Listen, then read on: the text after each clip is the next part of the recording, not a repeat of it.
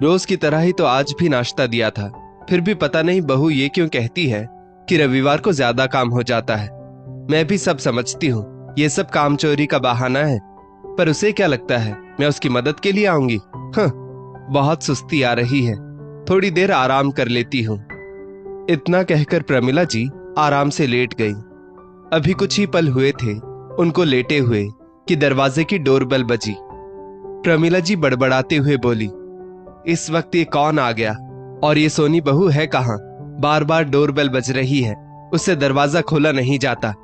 बहू, ओ बहू, देखो दरवाजे पर कोई आया है।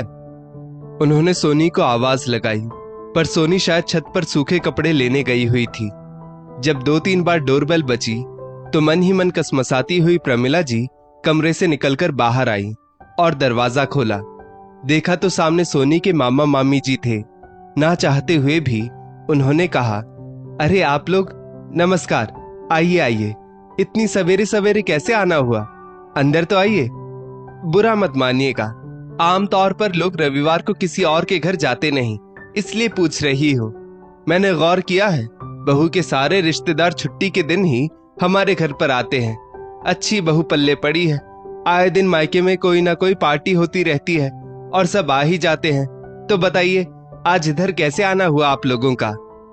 सोनी की मामी सुमन जी बोली, माफ कीजिएगा समधन जी, आपके आराम में खलल पड़ा। वो क्या है ना, पोते का मुंडन है, तो सोचा सोनी को न्योता भी दे आएंगे और उससे मिल भी लेंगे।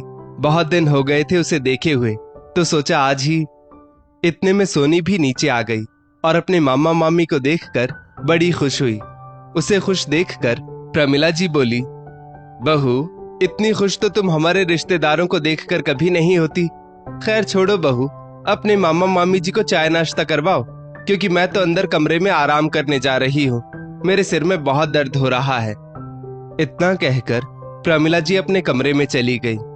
उनका ये रूखा व्यवहार देखकर सोनी के मामा मामी जी एक दूसरे की तरफ देखने लगे। तब सोनी ने बात को संभालते हुए कहा, वो दरअसल मौसम बदल रहा है ना, तो मम्मी जी की तबीयत थोड़ी खराब है, इसलिए। आप लोग बैठिए ना, मैं अभी आप लोगों के लिए चाय नाश्ता लेकर आती हूँ।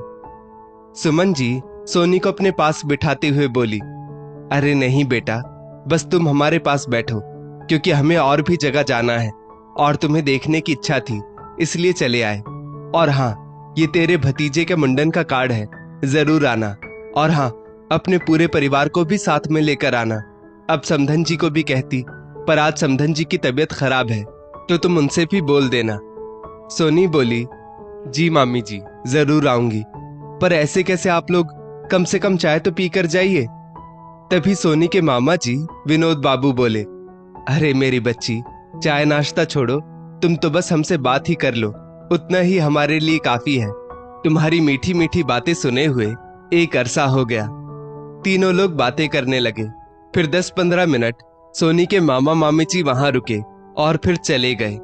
सोनी को अपनी सास का व्यवहार बिल्कुल पसंद नहीं आया। ये पहली बार नहीं था।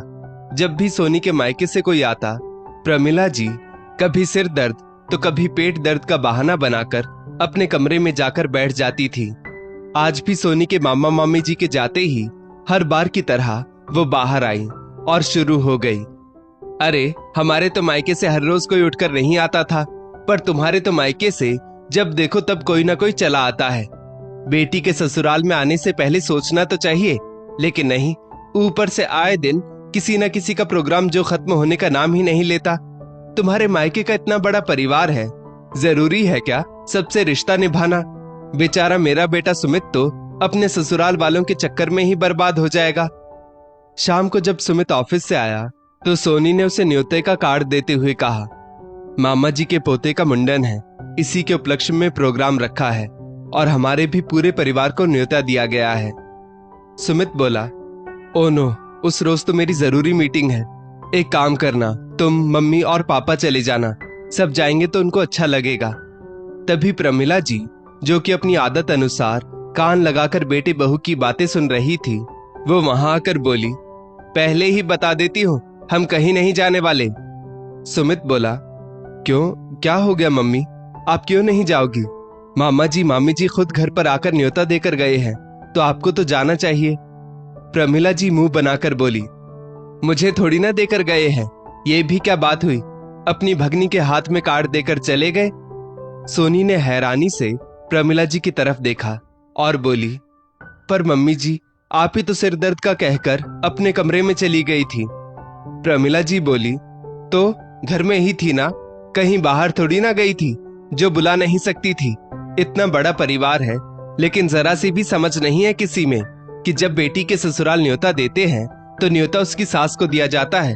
अपनी बेटी को बुलाने के लिए उसके सास ससुर से पूछा जाता है। इतना बड़ा परिवार लेकर बैठे हैं, पर बिल्कुल भी समझ नहीं है।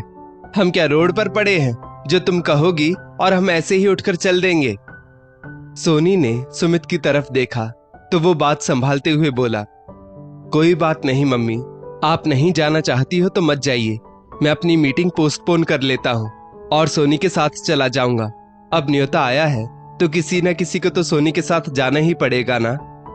प्रमिला जी बोली, ये सही है, तुम अपना काम धंधा छोड़कर अपने ससुराल वालों के चक्कर लगाते रहो। मेरी तो किस्मत ही खराब है जो ऐसी बहू मिली है, जिसके घर वाले भी ऐसे हैं जिनको बस दिखावा करना आता है। बस काम धाम छोड़कर इनके घर के चक्कर लगाते रहो तो अच्छा है, पर ये सब मुझे बिल्कुल अच्छा नहीं लगता। आए दिन कभी मामा के घर प्रोग्राम है तो कल फूफा जी के घर प्रोग्राम है, कभी मौसी तो कभी ताई। इन सब में खर्चा नहीं होता है क्या? सोनी, जो आज तक अपनी सास की बातों को हर बार टाल दिया करती थी, वो आज चुप नहीं रही। वो बोली, मम्मी जी, ये क्या बार बार आपने इसका परिवार लगा रखा है? शादी के समय क्या आपको मेरे बड़े से परिवार के बारे में पता नहीं था?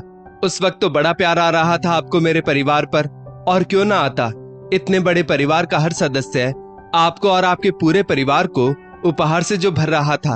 अब क्या हो गया? लेते हुए तो बड़ा अच्छा लगता है, फिर देते हुए आपको क्या समस्या हो जाती है? जबकि हम जितना उन्हें देते हैं ना, हर बार उससे ज्यादा वो लोग हमें लौटा देते हैं। तो आपको नहीं जाना है ना, तो मत जाइए, मैं अकेली ही चली जाऊंगी।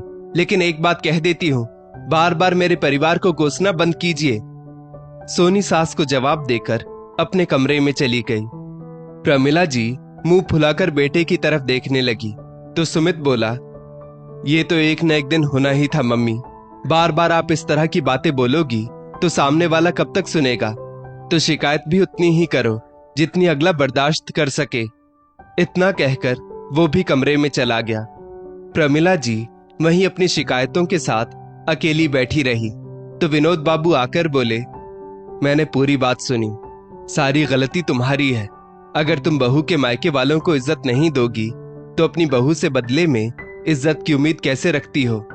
अपना बुढ़ापा खराब नहीं करना चाहती हो तो जाकर बेटे बहू से माफी मांग लो। माफी मांगने से कोई छोटा नहीं हो जाता। और याद रखो, बहू से रिश्ता खराब करके तुम अपने घर की शांति भंग कर रही हो, और कुछ नहीं।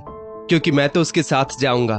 अब बुढ़ापे में बहू को छोड़कर तुम्हारे घमंड के साथ तो रह नहीं सकता।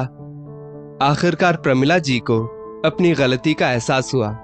अगले दिन सुबह वो सुमित से बोली, सुमित, तुम्हें अपनी मीटिंग कैंसिल करने की कोई जरूरत नहीं है। बहू के साथ मैं और तुम्हारे पापा चले जाएंगे। सोनी आश्चर्य से प्रमिला जी को देखने लगी तो प्रमिला जी बोली, देख क्या रही हो? क्या चाहती हो बहू, कि मैं अब तुमसे माफी मांगू? मुझे अपनी गलती का एहसास है। सोनी बोली, नहीं मम्मी जी, मैं नहीं चाहती कि आप मुझसे माफी मांगो, पर अगर आप दिल से मेरे परिवार को अपनाना चाहेंगी तभी चलिएगा।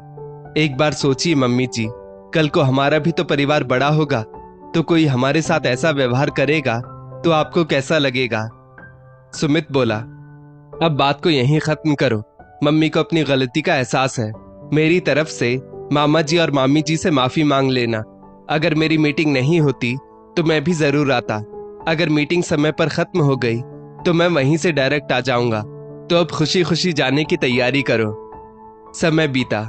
प्रमिला जी बहू के साथ सुमन जी के पोते के मुंडन में पहुंची और हाथ जोड़कर आंखों ही आंखों में अपने व्यवहार के लिए उनसे माफी मांगी। तो सुमन जी ने उन्हें गले लगाकर कहा, अरे समधन जी, आप हमारा परिवार हैं। भला परिवार के लोग एक दूसरे से नाराज होते हैं? चलिए पोते को आशीर्वाद दीजिए। अंत भला तो सब भला। दोस्तों, इस स्टोरी को लेकर आपकी क्या राय है नीचे कमेंट करके जरूर बताइएगा। और ऐसी ही और भी बेहतरीन वीडियोस के लिए हमारा पेज जरूर फॉलो करें। धन्यवाद।